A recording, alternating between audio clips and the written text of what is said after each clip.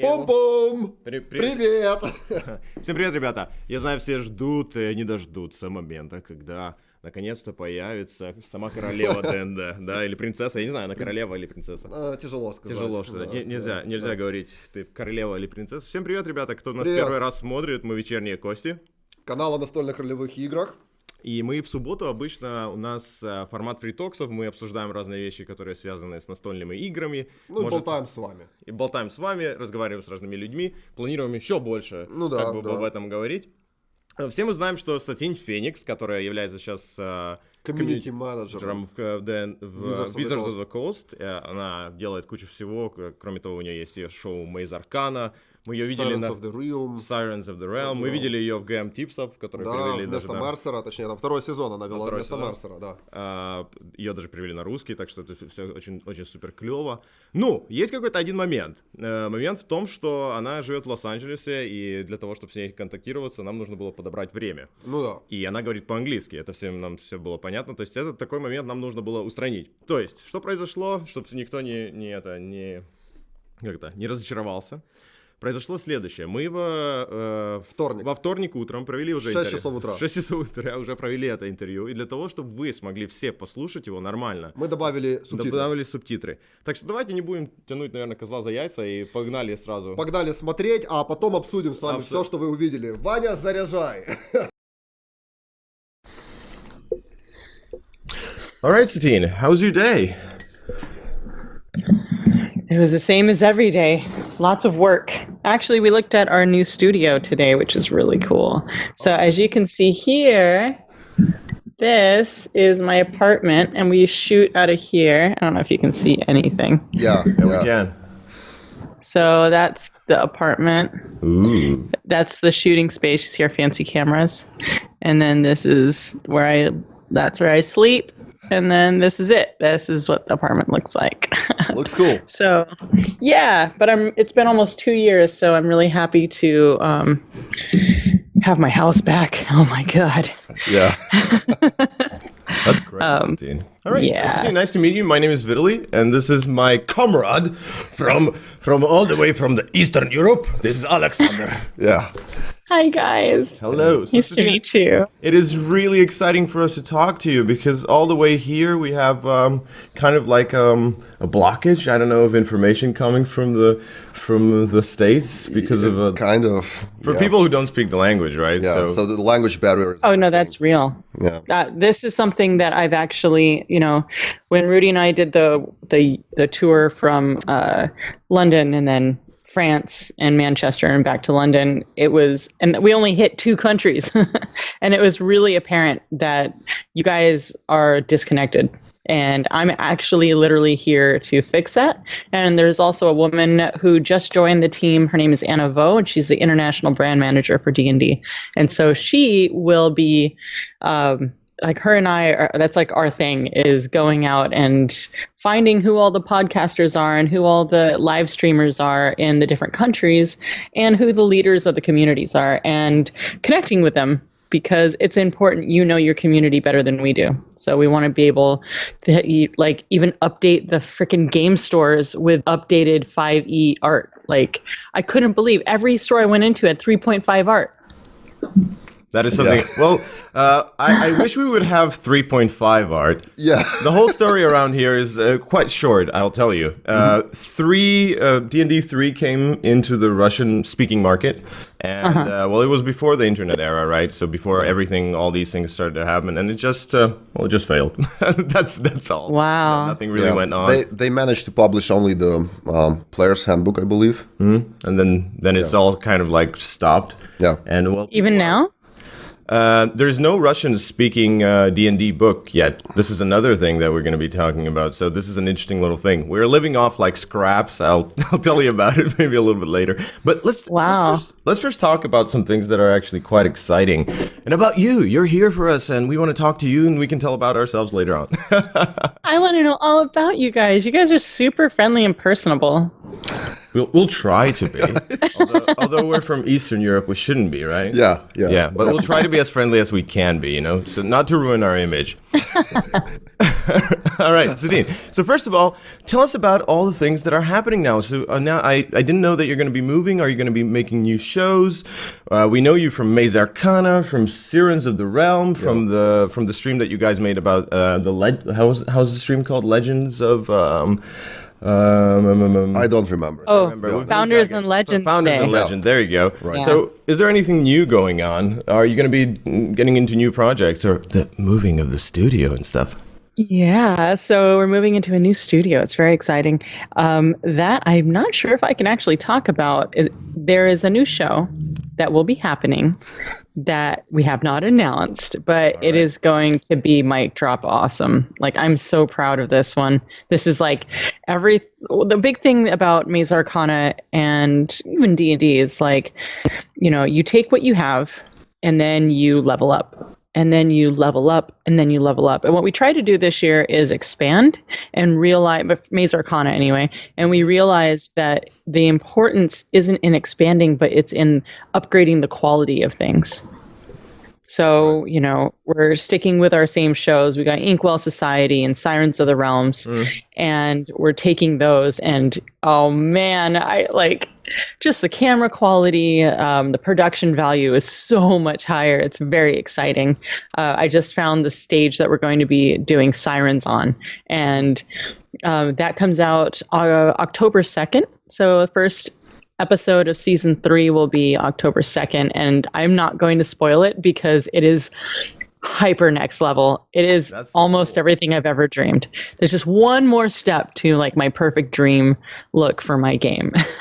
Wow. And I'm being very vague. I know it's terrible, but no, it's not. It's actually that's cool. Yeah. we kind of can associate with getting to the next level. Yeah. We've been trying to get to on our scene on the streaming scene, and I don't know if we can It's not really. It's just starting out here in the Russian community. There are not so many streamers, but I think in the past 1 year, maybe we have doubled, tripled, I don't know, quadrupled. So maybe from one stream that was 2 years ago, now there are maybe already up to 50 or 60 streams that are going on. wow. Yeah.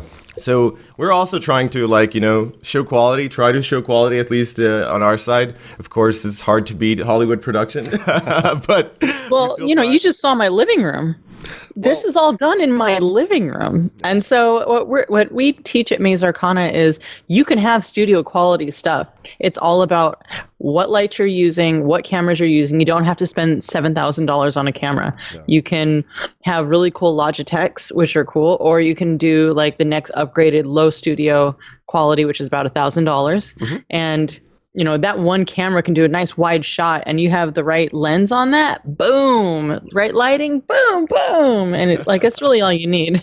Yeah, that's right. That is right. We we kind of came through trial and error to this because when we started, there weren't really a lot of guides online, even on Reddit, nowhere. And one of the resources which I found very interesting, which was really funny, is I found YouTube channels which had live church events. Yeah. and that's where you get a lot of guides. Yeah. They are streaming their church events. So it was kind of hilarious looking at these shows. Well, yeah. No, that's really smart, actually. Yeah, because they are doing the multi-camera streaming. So, they have all the guides basically. And they are all open sourced, I guess, telling about all their secrets. All right.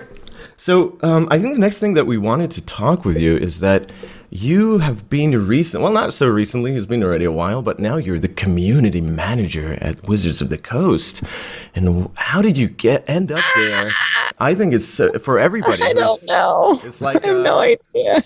Baby wizard, it's so cool. How do you feel about it? And how did you start moving towards this thing? I don't know. Nobody knows. It just happened. Every day I wake up and I'm like, is this on? Is this real? I don't know. It's magical. I don't know. What the cool thing about Dungeons and Dragons is, they're very embedded in their community out here in America, at least as far as I know. And, 8 years ago, I started a charity event. 9 years ago, we started a live streaming group with an all-girl cast called I Hit It With My Axe. D&D has been a part of my blood for 30 years. So being a part of the community for the last 10 years or so, I don't know. It all made sense. We were hanging out and they were like, hey, you want to hang out more? And I'm like, yeah, I kind of want to hang out more. Can we do shows? Can I get the license for Eberron? Yeah, sure. You want to like come over to this event? Yeah, I totally want to hang out with you. And then all of a sudden it was like, do you want to be here for a long time? And I was like, yeah, I do. I really do. Okay, cool. So that's pretty much how it went down. You know, that's maybe a little embellishment. But yeah. That sounds awesome. It seems like a great and promising relationship that you're getting there with the Wizards of the Coast. Well, I mean, I'm doing the same thing that I always do, except for I do it for them also. That's quite great. You know, what do you think? What are the most exciting things that you get to do now that you are part of the community manager? What is the top thing that you think that is like, this is something that I've always wanted to do? Yeah. It might sound really silly, but like, okay, so when I'm out in public, I actually am more shy now than I've ever been in my life, because now I represent. And I'm like, oh no, they're looking. Whereas before I could just be crazy and everyone was looking, but I didn't care. Now I'm like, oh God. But my favorite thing is reading emails. This gentleman sent, I read Facebook messages, Twitter messages, we noticed. Instagram messages, yeah. And this gentleman sent a picture of his wife and their newborn baby. And it's like, we love D&D so much that our baby's initials are D&D. Oh, okay. And I'm like, I get it, because I'm that fanatical. Like, I love D&D that much also. I don't know if you've seen, I've got this giant ampersand tattoo on my neck. Yeah, it's kind of big. It's really big. But I get it. Like that, when I read that, I'm like, holy crap, that's amazing. I feel if I had a kid, I probably would do the same thing. My cat's name is RPG. I get to connect with all these other people who feel as passionately as I do. Some people write really long thoughts, like, you know, I was going through the Ranger and I was thinking this subclass and that, and I'm like, I don't know. And I read all of these messages, and some of them I can answer, some of them I can't answer. But I read them all, and it's like, I want to tell them I cherish them, and that all the time that it took to write, maybe it wasn't one sitting. Maybe they actually crafted it over days. I don't know. That's something I would do. I'm like, if I have one chance to talk to D&D and send them a message, I would probably spend a week crafting this message with my thoughts. It's like talking to like alien civilization, and you have like just one chance, right? This is what we have been doing, Alexander. No, the whole week we're like, oh, we're gonna talk with Satine, so we need to like, how many paragraphs? Wait, I have to write. Where are my notes, man? We started to talk. We had all these questions, but I totally forgot all about them. So we're just gonna go with the free flow. Doesn't matter. That's the thing, right? We're all passionate, and we're all here because we love playing in the same game. And no matter, like, some of us are more visible than others, but we're all just a bunch of nerds. That is really definitely true. I just have really cool hair. That's definitely true. That's definitely true about the hair. You know, Satine, it's definitely one of those things that when you get into role play or tabletop role playing, community is one of the most important things, at least for us. What do you think? Is community an important part for you as a tabletop role player? Now of course, by now your job is connected to it, but has it always been on top priority with you? Well, I grew up in a youth group, a worldwide youth group, that our whole premise was raising money for charity and gathering people. And this is from like the age of 11 years old. I was like the leader of my youth group for about 6 years. And it was really important to bring community together to rally for something. And so that has been ingrained in me my entire life. People don't really know about that. And they're like, oh yeah, she does this charity so she can get celebrities to play D&D. Like, actually, there were like a bunch of things that I loved. One was I took my 20s and I didn't do any charity, and I felt a void in my life. And the part of the void was the gathering of people and doing good for the world. Also, I really like raising money for charity because, I mean, there's just something really cool when you hand that check to the charity and they're like, oh my God, thank you. And I'm like, thank you for letting me be a part of this. The other thing is I live in Los Angeles. There's a bunch of celebrities around, and a lot of them are my friends. So what do we like to do together? We play Dungeons and Dragons together. Well, you can only get one group at a time. That's about like 6 other people. So what if I do a big event and then we have like 4 or 5 tables with 6 people, and then we can all hang out all day. So the community is really important. I have really severe PTSD, and I found that through playing D&D and building our local community, now it's global, which is the most beautiful thing in the world.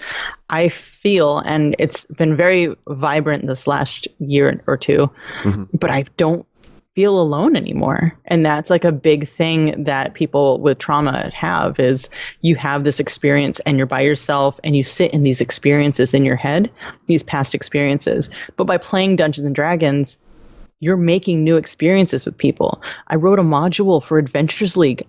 That was the coolest thing. But even cooler were all the people that wanted to talk about it. You know, and it's different than when I write, because I'm a comic book artist also. So I did 3 graphic novels and a nonfiction. And it's different because they're, you know, it's like passive storytelling. But this is like dynamic, where we're having conversations like, oh, this was really cool. I loved this character.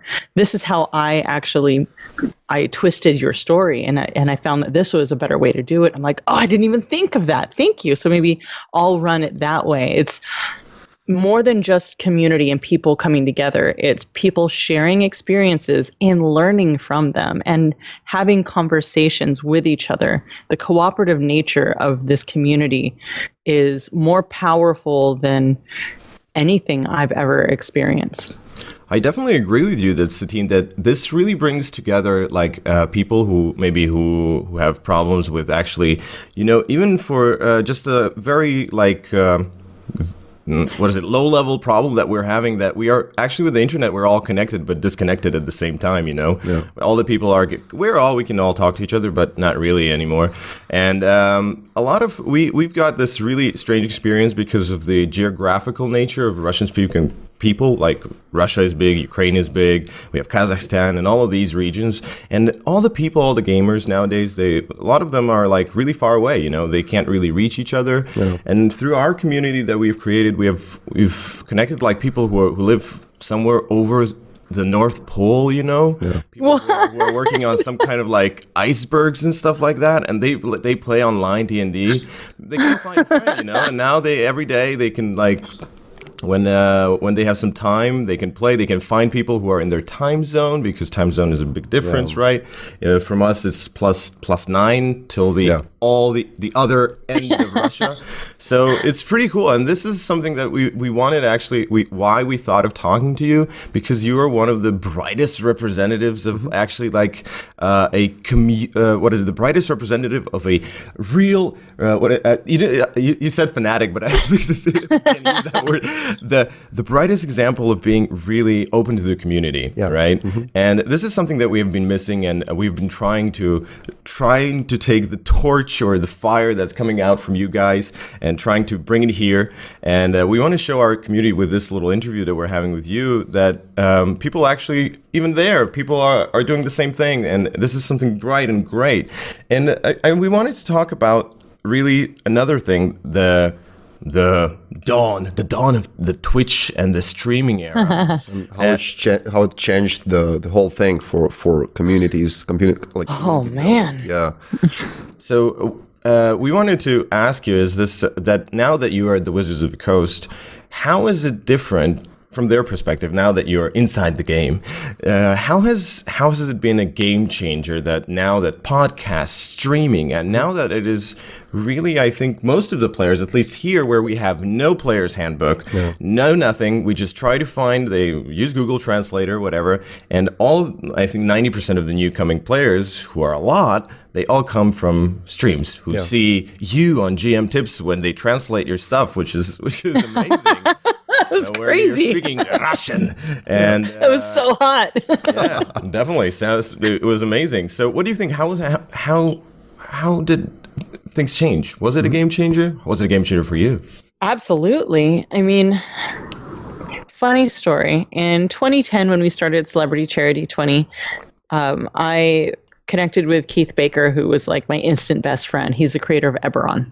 And I was like, I want to play with you a lot. Let's do things. And so we made this game, and we're like, okay, how do we reach people? Like, we have our LA group, and all of our LA group has a fan base and friends, and they all want to be a part of it. What can we do? And I remember back then there was something called Justin TV.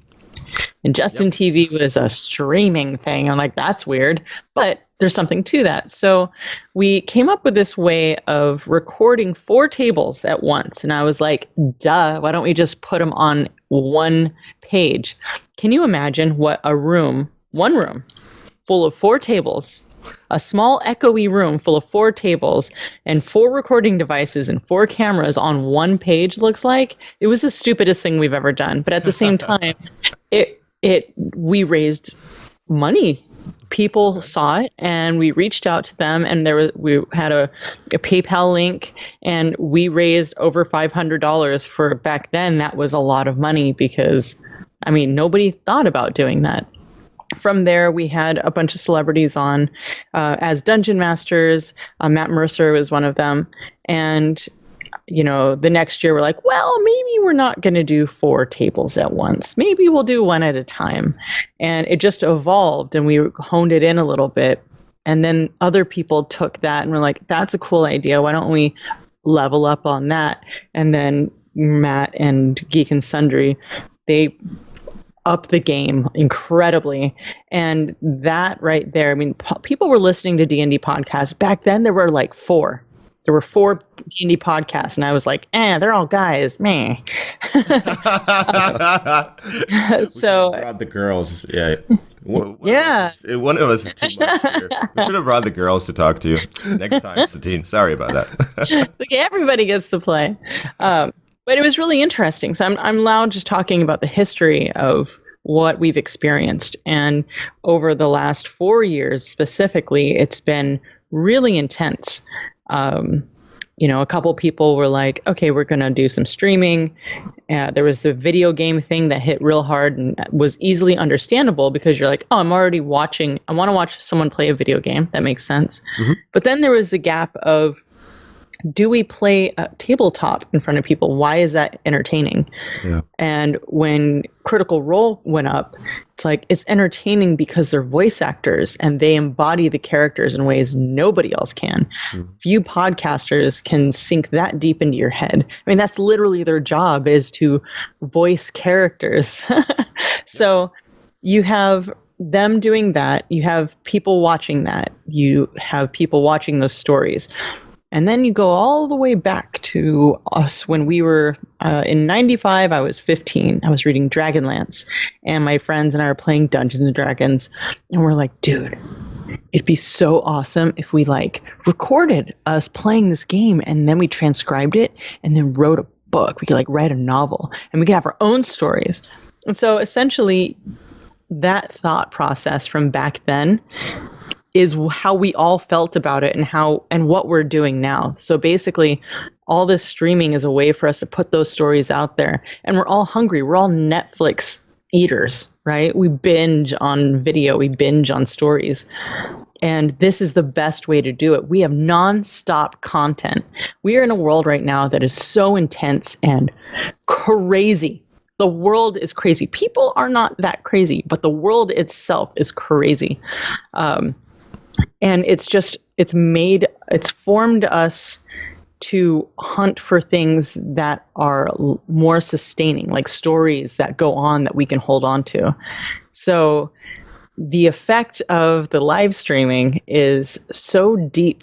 It satisfies so many levels of our needs.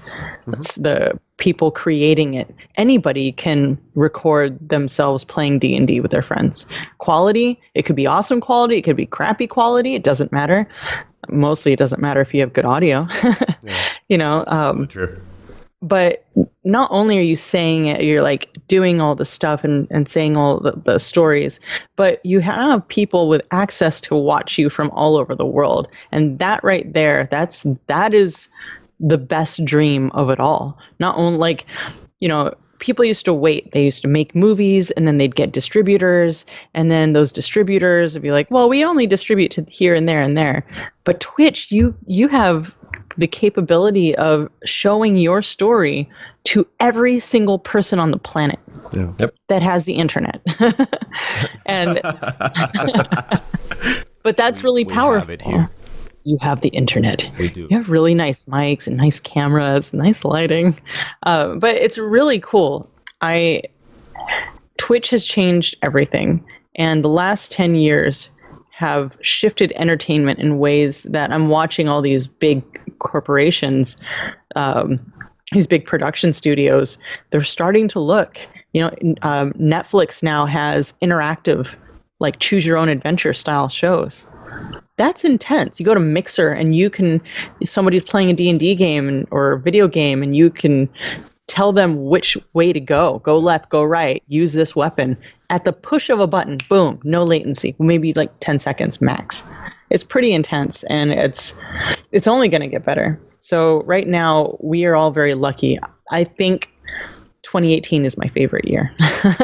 All right. For Reach. Yeah. Maybe next year will be even better, Satine. Satine, I wanted to ask you about how does actually like in the D&D work group in Wizards of the Coast, how are they putting like a big effort into putting a big effort into the online sphere of this gaming now? So is this like a big part? Is this something that they are considering now because of how everything changed? I'm sure that I actually don't know the statistics for the US, but just considering that here a lot of players come because of online things, I'm sure that in the US it is even a bigger maybe amount of people who come because they've seen you, they've seen Matt Mercer, I don't know, they've seen somebody else, and they come to play. Is this like a big thing now in the Wizards of the Coast of trying to put some effort into this? No, you are. Absolutely. I mean, we have our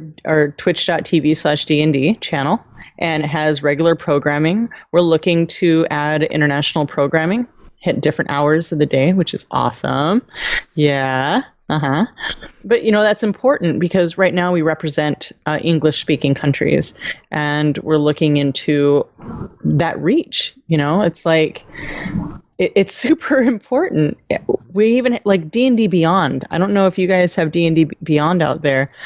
It's amazing. I use D&D Beyond every single day because I'm a nerd, but like it's beautiful. You can take all the books with you anywhere you go. I used to lug all of the books.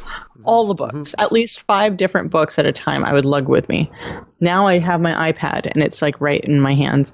So the online technology is super important. Streaming is very important.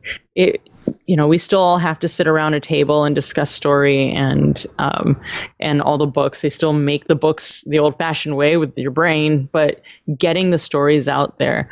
Dragon Heist, Waterdeep Dragon Heist came out in game stores last Tuesday. Yeah, it's coming out today for us. Oh yeah, for you guys. For us, in a few hours actually. That's pretty. Yeah, but D&D Beyond had it last week. That's of course. So that's one of those things, right? Where here, we have this rollout, but digitally, like anybody can have access to it. But there are limitations to the physical books that the digital books, it's easier to get a hold of. Yeah. All right. Yeah, it's definitely, it is an upcoming thing. Well, to be honest, like here, this is the only way we can get stuff. Of course, we buy them. They're somewhere in the back. I'm going to finalize. They're right in the back. You can see some are there, some are scattered somewhere in the office next to our TV. Yeah. So digital is definitely a great thing. It's a step forward. And I think this brings us to one of the biggest questions is that which we started off with about, we were talking about that here in this community, right? We have this, the biggest problem for us is of course the language barrier. Yeah. And now you've told us right in the beginning that somebody else, I do not recall her name, who is working with the international publishing of the books. So this is something that why we are here. One of the biggest things is kind of to reach out to you guys to try to bring it here somehow. This is just why am I saying this? Because I think most of the European countries actually. Before we get into our, and I don't know, snaggy naggy things, I wanted to ask you about France and England. How was it? How was it to play in a castle? Only the pictures looked amazing. It was in France. Was it in France? That was France. Yeah, so that was in France. Next year, I think, is already sold out. I don't know. Keep your eyes on it, but it's dndinacastle.com. That one's in England. So last year was in France. But yeah, that was amazing. I dropped all of my stuff and ran around the castle, like almost crying. Rudy and I ran into every single bedroom to just look at each room because they were all different. And then we played in this. It was like a dream, honestly. Like Jeremy Crawford was playing in this dining hall table, long table, and it was very tall ceilings. And he starts talking about Strahd. He introduces Strahd to the game and a bat flies in. I'm like, what? That's amazing. That's cool. Yeah. You know, I mean, the grounds were amazing. The first night we get there, it started raining. It was like super hot and humid. Started raining, started hailing. We're all eating dinner outside. Get knocked on the noggin a little bit with a giant rock of ice. It was very intense. But the whole thing was a very surreal dream. Mm-hmm. Yeah. The coolest thing was, you know, we do signings out here and we do visits, and they're very short, like an hour, 2 hours, whatever. Mm-hmm.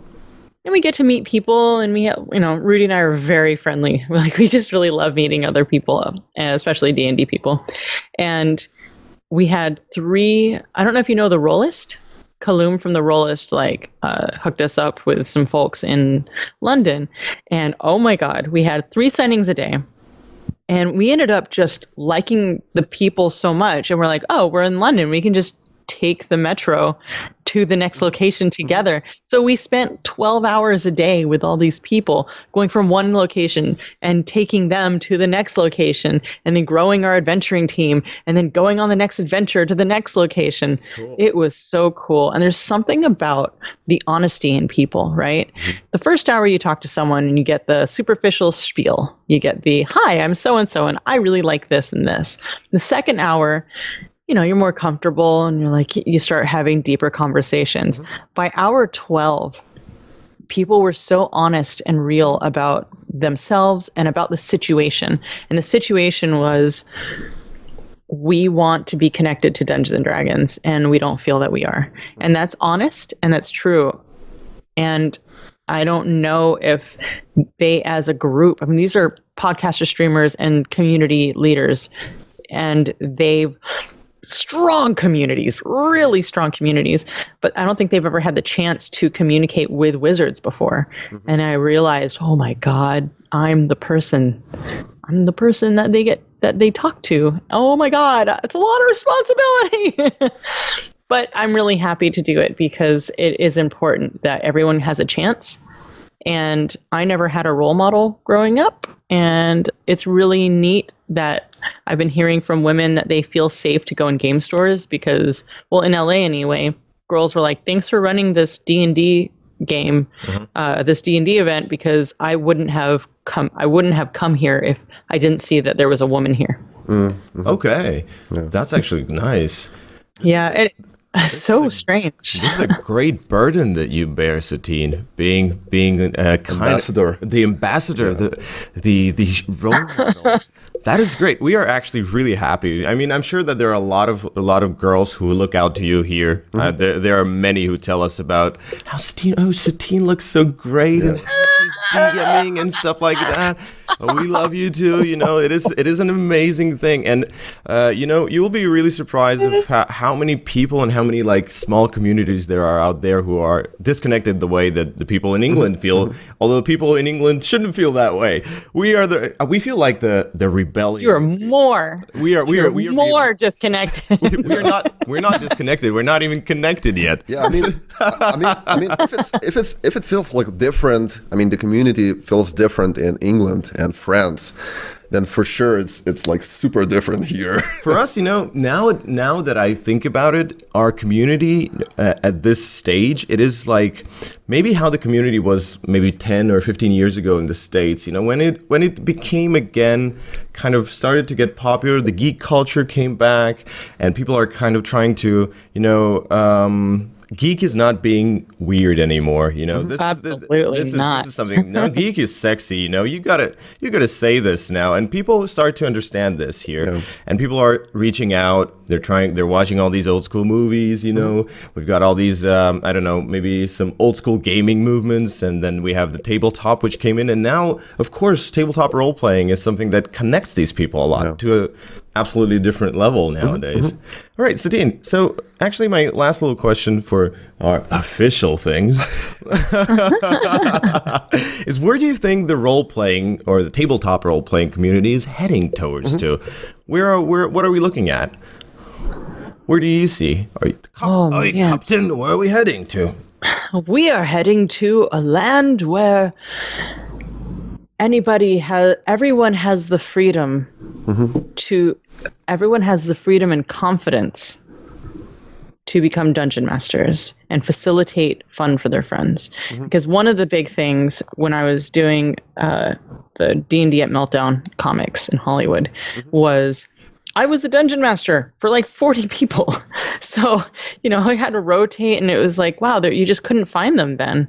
But now you've got Nerdarchy and WebDM and Matt and myself and all the other people who are doing game master tips and making it more comfortable. So I think the more people who talk about game mastering, the more variety of people who talk about game mastering, the more likely people are going to have a dungeon master to play with. The more likely dungeon masters are going to be able to have other dungeon masters to play with. Yeah. So I think it's one of the things I'm seeing in the community right now is less about finding a table. Right? Like that still is an issue. People are like, I want to play. Well, now you got Roll20, you've got Fantasy Grounds, you've got, D&D Beyond, you're sharing campaigns with people. But now it's less about finding a table than finding the right table. So the first step was getting people to play with. Now there's all these people who are like, you know what? I don't like this game. And so right now there's all these emotions flying here and there, like, okay, well, I have to stay here. And so people are starting to get a little antsy about, their preferences because they've been doing it for a few years. And they're like, you know what? I'm going to make my own game. I'm going to find people who want to play my game. And that's okay. So first step, get people to your table. Second step, find the right table. So the next stage is people coming together saying, this is my story. Would you like to play in my story? And that also leads to consensual playing. There's a big thing called the X card that we use, which is if you're uncomfortable, and it's about communication. So we're like kind of in like the baby steps of growing up as people. D&D teaches us how to interact and socialize. And now we're learning how to say, I am not comfortable. I would like to talk about this. Let's, as a group, kind of figure out a solution for these things in game and out of the game. So this is definitely, I think, I hope we really do catch up with all these things. Yeah. This is something that we've been experiencing. Of course, people trying to get comfortable with each other, people thinking that this is a normal thing to do, that grown-up people can do this. Yeah. Grown-up people can toss dice and laugh. This is something that is considerable considerably a problem nowadays here, but we're getting there. Satine, you know what? We wanted to do one last thing. We wanted to do a little blitz questionnaire. This is really it is only 5 questions, and this is just like a one-word answer. Yeah. All right? Don't worry. It is actually a D&D thing. Don't worry. And then we're going to finish up. All right. Okay? So it's really easy. I'm in. Actually. Favorite class? Bard. Favorite race? Elf. Craziest character that you had? My cannibal shifter barbarian queen of the jungle. Yeah. What is... That's weird. Okay. that is definitely weird. What, cannibal queen of the bear? That is awesome. Cool. I want to play. That's cool. Yeah. I want to play one of those. You can watch. That was on Gen Con. We did a live game with Joe Manganiello and Matt and the Dwarven Birds guys. Yeah. Oh, all right. That's yeah. Okay. One of the weirdest situations in game.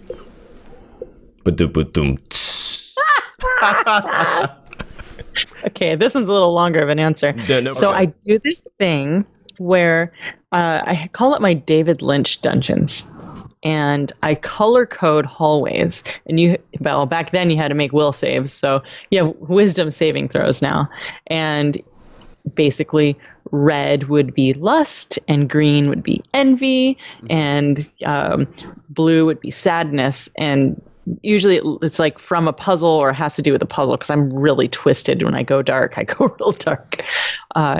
Once upon a time, I was playing this game and there was about an hour. They were stuck, or maybe it was only a half hour, but it felt like an hour of a drow, an elf, and something else, maybe a dragonborn were stuck in the red hallway. Oh, okay. Yeah. Oh yeah. Oh yeah. The sizes didn't work out right, and it got really crazy, and that's not a normal game of mine. That is the weirdest thing. This is when stuff got dark. Yeah. I got it. Okay. Last one. Perkins or Mercer? Just kidding. I'm not going to ask that. This was my last question. I don't want to put you in a strange situation. All right. Satine, thank you very much for talking with us. This was really awesome, actually.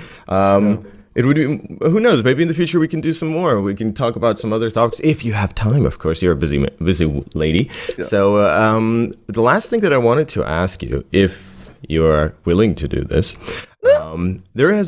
he doesn't know about this. That's why he's looking at me like, Millie, you're going over the boundaries. We didn't discuss this. What are you talking about? I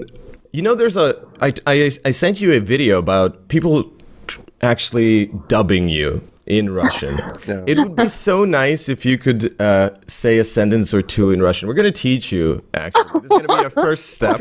Okay, a first step. It's going to be a D&D related, don't worry. Oh my God. Okay. And we can cut this out and send it out to the community that Satine knows about us and that we don't need to dub her because she can do it herself. Okay. All right, you ready? Okay, we're gonna. Wait, what am I saying first? I'm gonna tell you in English. Don't worry. So we're gonna say that play D&D and critical 20, or I don't know how it's natural 20. This is all we say. Play D&D, natural 20. In the Russian community, when you say natural 20, it means that it is a big success. It has become already a phrase. Yeah. In general. All right. So you ready? Hold up there. Yes. Okay. So I'm really excited. It's so cool. All right. So the first thing is "Я люблю." That means I love. Я люблю. Okay. D and D. That's D and D. Я люблю D and D. Okay. And that, I feel like I didn't. Say it one more time. We're gonna do it one more time. Don't worry. Я люблю D and D. Я люблю D and D. Yeah. Awesome. You sound like the Russian voiceover for Russian mafia in American movies. Sounds very nice. Oh God! I need to write this down. And the last I have nothing to write. Okay. It's okay. Don't worry. I'll help you, Satine. And the last one is very easy. Тупо 20. Тупо, like Tupac. Тупо. 20. 20, that's 20. 20. Is it 20? Wow, that was excellent. All right, let's do this. 20. Oh my! I don't remember what the first part was. I know. I already forgot it. It's hard. Don't worry. We're gonna go over it. 20. So, я люблю ДНД. Я люблю ДНД. Тупо 20. Тупо 20. Now try It's it. perfect. Want to try it in one go? Yeah. Can you just cut it together? No, I'm not going to do that. I ain't cutting nothing. Satine, come on. Okay, all right. I got this. Okay. Come on. I'll tell you one more time in one go, and you can just repeat the whole thing, all right? Я люблю ДНД.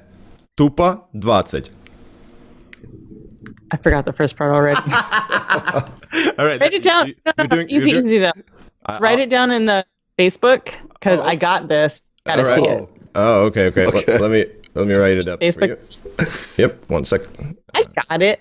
I just need to see. You got it. You really you did the second part like a boss. Where are you? Let me write you down. There you go. Satine. Hi. That's crazy. Yeah. At 6 a.m. there. Люблю. I'm gonna try to люблю ДНД. Yeah. люблю. Yeah. Wow, Satine, you're getting better and better. Next time we do an interview in I Russian. think you should write. I'll just do the whole thing in Russian. Yeah. 20. I'm writing 20 like an idiot. Okay. I don't think I've even pretended. I've never pretended to speak Russian even. So Now this is like pretty intense. Yeah. Я люблю ДНД тупо 20. Holy cow! It's like See, I just need to see it. natural. Wow. That is amazing. All right. Thank you, Satine. That was really awesome. All right, Satine. So let me close. Want me to say it? Yeah. You already You already did, but did it right. Do it one more time.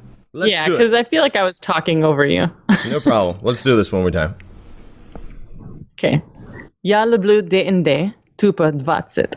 Holy cow. Satine, you know, now you broke many hearts, but now you've actually refilled a lot. I think a lot of the D&D community here is going to be, I don't know, crying tears in the morning as everybody wakes up. Some people. So All right, Satine, let me turn off the recording, and then we can just chit-chat. okay. All right, Satine, thank you for being here. Yeah. See you soon. Привет. Всем привет, ребята. Ну что, как поболтали? Так, всем сначала, чтобы у кого там очень тяжело было и кто очень волнуется, мы обсудили все моменты, которые вы писали сейчас в чате, и про переводы, и про разные вещи. Просто есть некоторые вещи, которые нельзя просто стримить, знаете, когда вы обсуждаете с людьми в привате. Типа того. Ну, некоторые вещи просто не обсуждаются это в живом эфире, потому что это не для живого эфира. Так что так, ребята, если у вас есть какие-то вопросы, может, чтобы вас еще интересовало, есть какие-то вопросы по самому... Подожди. Да. Прежде чем ты Тупо 20. Тупо 20. Ладно, да, на самом деле, да, сейчас мы, хотим с вами обсудить, то есть поболтать. Вы пишете в чатик, мы болтаем с вами, обсуждаем то, что вы видели. Можем еще рассказать, может, некоторые вещи, Да, какие-то вещи, которые, может, не вошли в эфир, скажем так. Ну, мы говорили с Сатин... И до, и после. Ну, короче говоря, по поводу перевода, я так вижу, что очень, все волнуются по поводу именно перевода самого. Так вот, поймите, что перевод этого продукта, это очень, непростой процесс, скажем так, и она комьюнити-менеджер, она не отвечает за такие вещи, как перевод, но начало этому всему какое-то положено.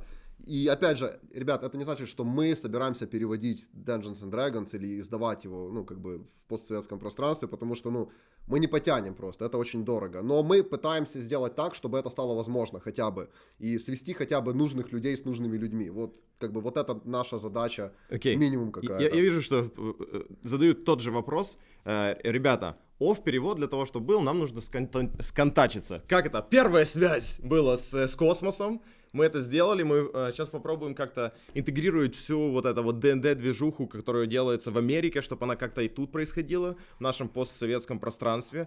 Конечно, если появится официальный какой-то перевод и книга, тогда будет намного проще, потому что будет какой-то цель Wizards of the Coast. Для того, зачем, нафиг они... Проблема, сейчас попытаюсь объяснить очень просто, почему и доступно, да, почему до сих пор нет перевода и почему это сложно.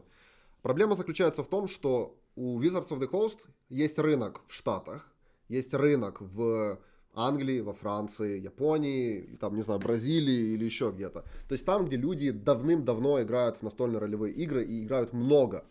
К сожалению, в постсоветском пространстве все мы знаем, ну, хотя бы можем смотреть по объему, да, на каналах сколько людей, или в комьюнити сколько людей, на группках ВК, 2-3 тысячи человек, 4 тысячи, возможно, там, у больших каналов, да, и поймите, что это абсолютно не рынок, то есть никто не будет заходить на рынок и продавать дорогущий продукт людям, которых, ну, всего там 2-3 тысячи, поэтому для начала, ну, как бы, о чем идет речь? Почву подготавливать. Нужно развивать комьюнити, ребята. Нужно делать его обширным, нужно делать его большим. Говорить об этом, дружным и так далее, и так далее. И параллельно с этим нужно развивать, конечно же, ну, как бы этот процесс по поводу перевода. На самом деле, техническая сторона вопроса, она вообще очень простая. Издать книгу, это вот так вот. Но это дорого, и есть бизнес, какие-то перспективы у компаний. И вот с этим сложнее. Но мы будем пробовать как-то работать в этом направлении. В общем, все, кто интересуется, был ли поднят этот вопрос, да, был. Будет ли что-то происходить в этом направлении? Да, будет. Что? Следите за новостями. Абакус код. Про следопыта, это Pathfinder так называют у нас, да? Это следопыт. Я тебе объясню, почему Pathfinder появился на русском рынке. Pathfinder 2 выходит. Нужно было продать старую лицензию. Конец истории, ребята. Тут ничего такого умного не надо было. Надо было спихнуть то, что уже не будет продаваться через год. Ну, ребята, тоже. Лицензия на издание Pathfinder стоит в разы, в десятки раз дешевле, чем лицензия на издание Dungeons and Dragons. Ну, или какие-то условия, знаешь, которые есть. Условия намного дороже. Не нужно, чтобы были ячейки ролевиков, ничего такого не надо. Только нужно просто иметь вид, то есть в этой всей движухе, что тут, да, что-то есть, и для того, чтобы, ну, ребята, чтобы вы знали, на какие языки перевели сейчас, в прошлом году. В прошлом году Gale Force 9 начали уже заниматься этим, вышло на португальском, хоть португальский язык, типа, не является в Латинской Америке, например, очень большинством, большим, но не самым большим. То есть, ну, издали книгу в Бразилии. Потому что есть рынок. Был рынок, был комьюнити, который это издали в Польше. В Польше явно из-за того, потому что там есть хайп вокруг RPG-игр и есть какой-то... На самом деле в Польше очень как бы давно, еще с начала 90-х, очень-очень сильно развивается вот это комьюнити. Оно очень, как скажем так, солидное в Польше, очень серьезное. И, ну, как бы почва там намного благоприятнее, чем, к сожалению, пока что у нас. Но мы работаем над этим. Ребят, смотрите, сколько нас сегодня смотрело стрим. Это как бы много, да, обычно, ну, как бы не такой онлайн. То есть люди заинтересованы, это классно. Как бы будем что-то делать. Тут пишут двое, ребята, и Волга, и Oh My God Slow One, типа разное отношение к игре на Западе и у нас. Мы объясняли, мы говорили с ней о том, что есть культурное разнообразие, что подходить к этому рынку надо по-другому. Был вопрос, который мы обсуждали, наверное, об этом можно сказать, о том, что перевод, она очень волновалась, что у Джереми Кроуфорда в прямом смысле будет гореть жопа из-за того, что на русский неправильно будут переводить. Да. Мы объяснили о том, что типа из-за того, что мы в своей же каше варимся уже какое-то долгое время, у нас как-то появились свои какие-то... Свой словарь к этому, и оно будет культурно как-то приземленно. Оно будет обосновано, естественно. То есть, ну да, шла речь о том, что, как бы, ну, ребят, ну все мы знаем, что переводы фанатские уже давным-давно существуют, гуляют по интернетам, есть устоявшиеся уже годами какие-то выражения, словарь какой-то, какие-то терминология какая-то. И, ну, все эти вещи, они уже есть, их переводить не нужно. И мы об этом тоже говорили. То есть все готовенькое, приходите, забирайте, да. Да, она говорила о том, что Джереми Кроуфорд, он такой...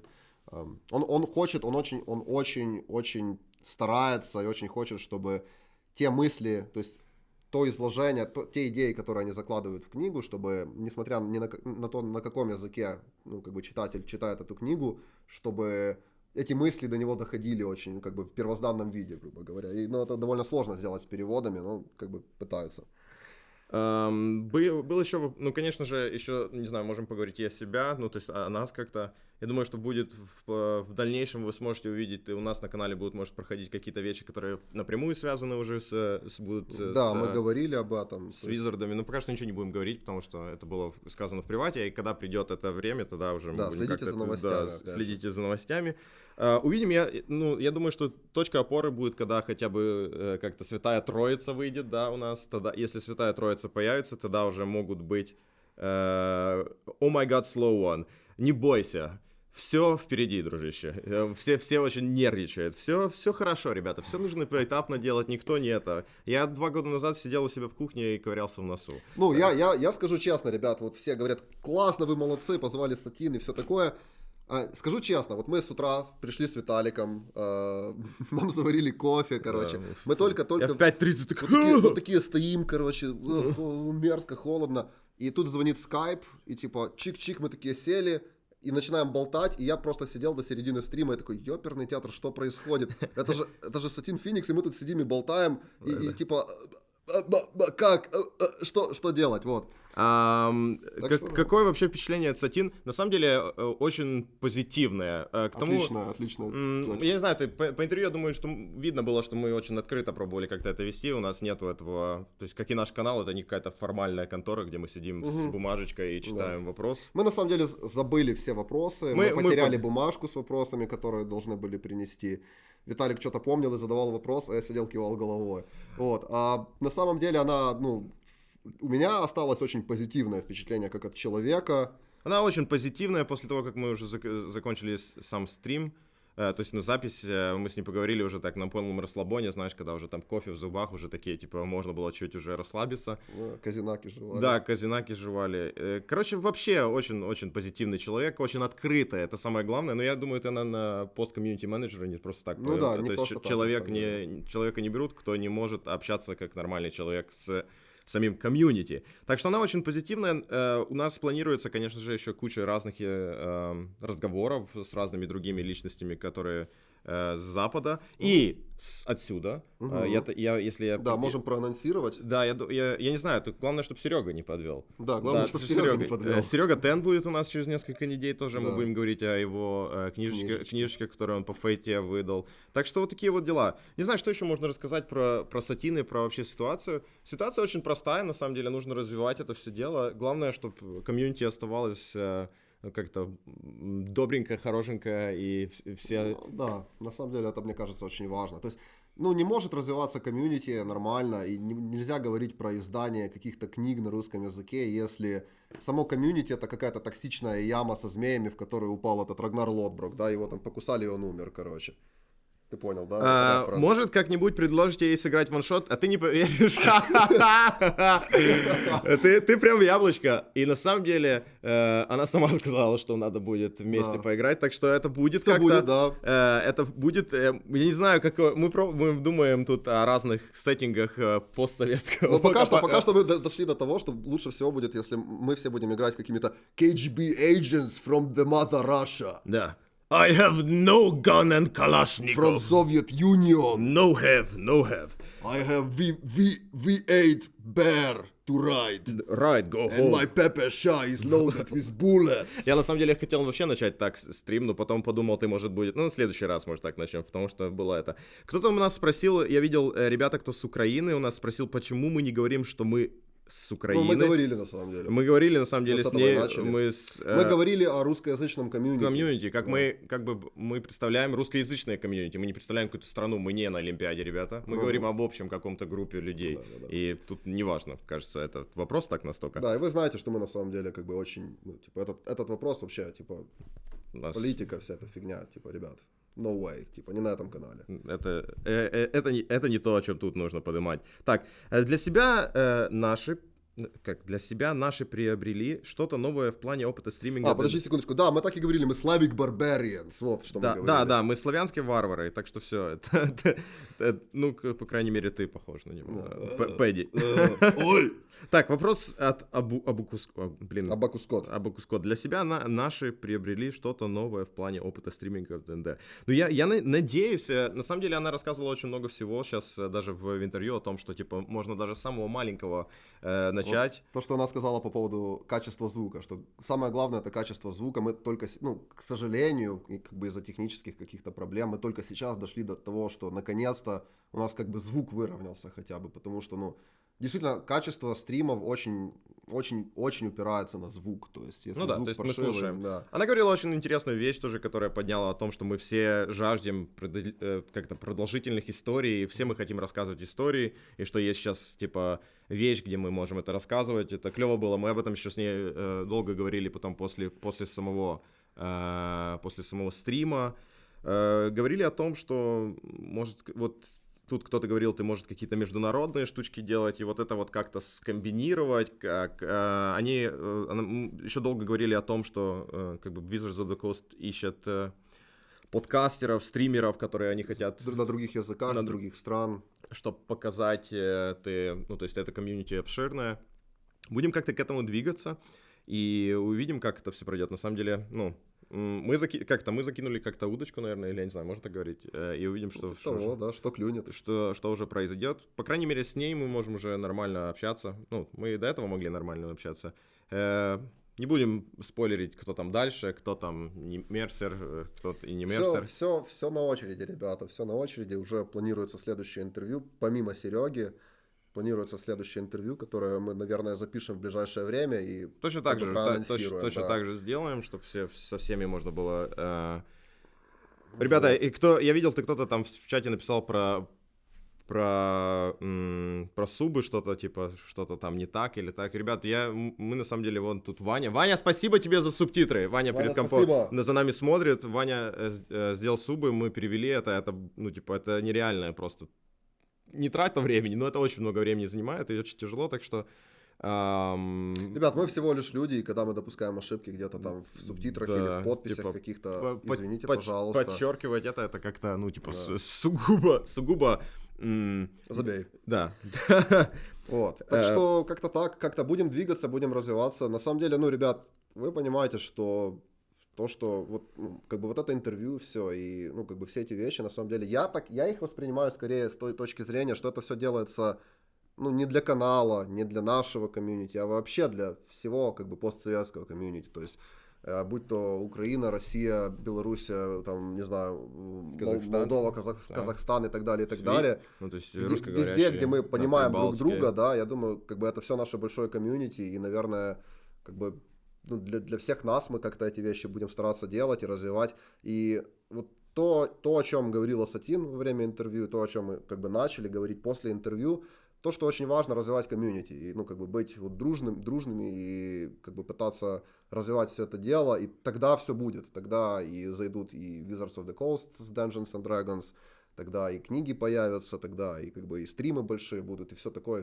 и будут приезжать сюда Кроуфорды с на самом деле можно кинуть мотивашку. Мы говорили, вот это еще другой. Сатин сказала нам напрямую после стрима, чтобы на следующее лето, что мы собрали все свои яйца и не яйца, и вообще всех сплотили, взяли просто всех дубинками и завели в одну комнату, чтобы они смогли приехать летом, когда у них будет европейский тур, куда-нибудь, не знаю, это в каком-то, где-то в русском пространстве, если это организовать, можно будет сделать, ну и понятно, если будет Сатин, и будут и другие люди, а другие люди означают, что заинтересованность в нашем регионе.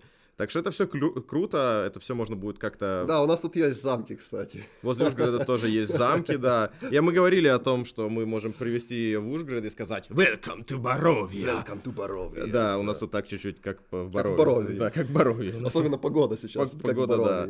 Так что вот такие вот, ребята, у нас дела.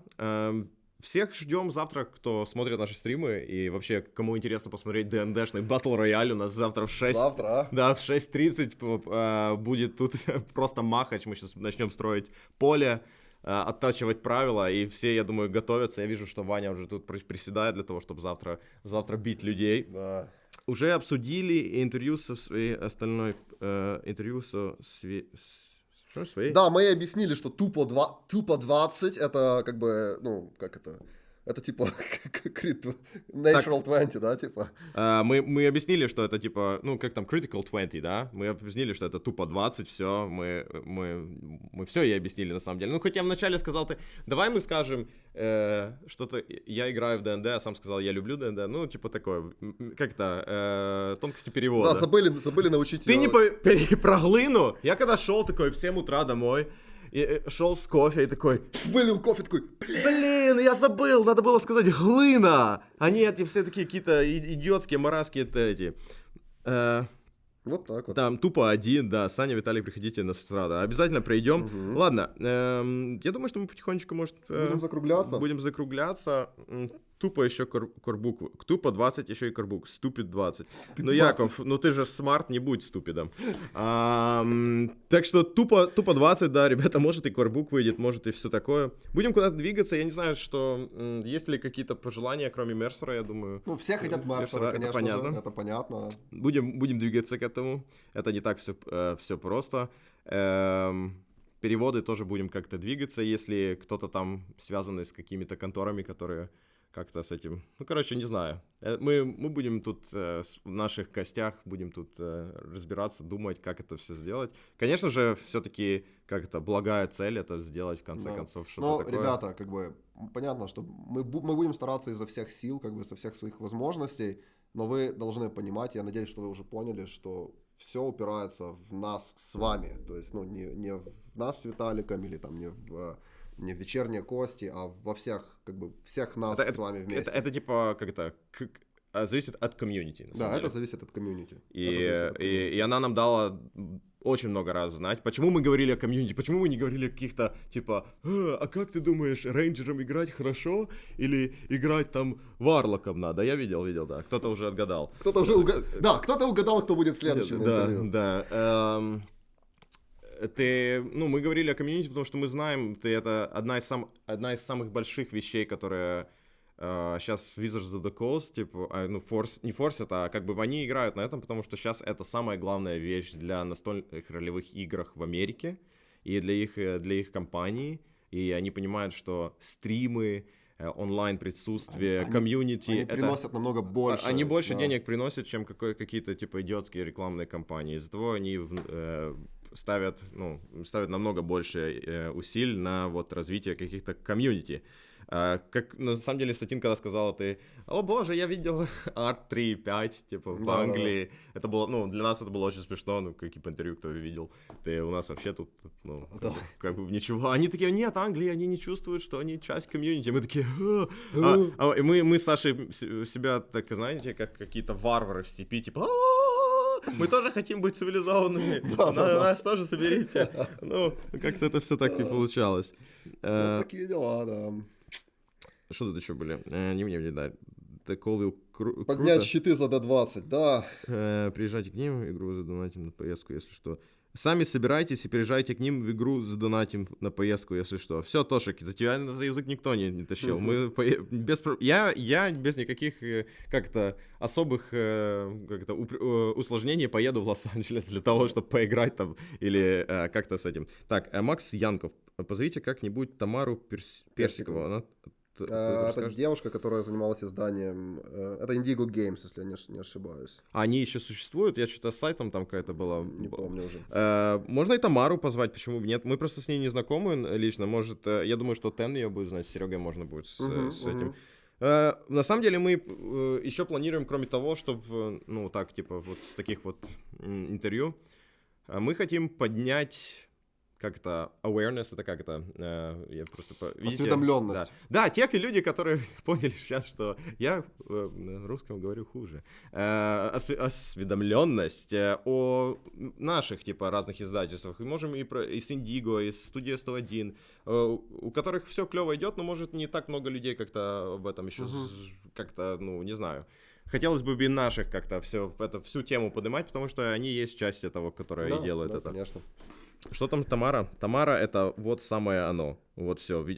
Яков явно, что фейту тащит, так что мы про фейту поговорим с Теном. С Серегой, да. Без проблем. Мы даже ему пообещали, что мы не будем сжигать ничего. Ритуально не будем сжигать его книгу в прямом эфире. Да. Так что все нормально у нас. Черт, не надо было этого обещать. Да. Тен сейчас, наверное, я не знаю, он слушает ли нас, он на Комик-Коне, кстати, сейчас. Сейчас в Киеве Комик-Кон, да? Да. Ну, это уже клево, то есть какая-то уже что-то происходит. Сейчас Комик-Кон в Киеве, и в Москве, да, там игрокон или... что-то, какой-то кон. Что-то еще происходит, так что клево. Игра что-то. Предложите ей ваншот в атмосфере 90-х по системе 10. Я думаю, что она по 10 видела все, как она играла с Зеком. Ну да. Так что, может, мы не будем это на святое. Да, нас сказали ей про фан-перевод от Phantom Studio. Ну, мы говорили про то, ну, как бы мы говорили о том, что перевод уже давным-давно существует. Ребята, чтобы вы понимали, типа, есть еще другая проблема. Ну, и это является проблемой и не проблемой в одно время. Из-за того, что у нас есть переводы пиратские, это, ну, то есть это является частью проблемы для того, чтобы издавать книгу. То есть если любой человек может скачать любую книгу уже и не хочет никак этого, ну, то есть просто пиратски это себе приобретет, тогда, ну, то есть это тоже проблема. То есть это в лицо ей прям... Ну, как-то эти факты говорить. Я сказал, у нас есть переводы. Нельзя пылить контору, короче говоря. Настолько, по крайней мере. Понятно, что это все, они, ну, в конце концов, все будут понимать, ну, как-то, когда придет время, чтобы пираты стали нашими друзьями. Это как это, когда сигнал, я посылаю сигнал. Я знаю, кто вы знаете, кто мы. В один день нам нужно будет создать свою коалицию. Сейчас заряжаешь мониторы на позитив. Да, да. Поставьте ложку на монитор. Она упала. Вот. Так что... Ну да, пиратские появились как раз из-за того, что... Ну, это как бы замкнутый круг получается, понимаете, ребята? Нет, как бы не было переводов, появились пиратские, и теперь, типа, для того, чтобы зайти на рынок, где есть уже пиратские переводы, это, ну, как бы проблема. Ну, это все решаемо. Это все решаемо. Гавань пиратская тоже, друзья, так что все нормально. Это как-то... Просто вот видите, вот я об этом и говорю, то есть мы говорили с Сатином очень много, это есть культурные особенности и самого рынка, культурные особенности, самих переводов, самого комьюнити.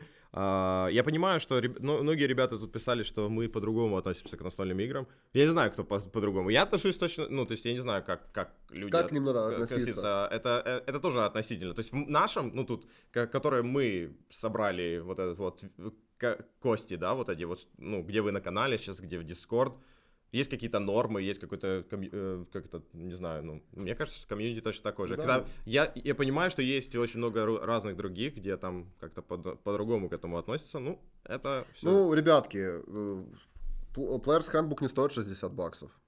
Ну. Да, он стоит 25.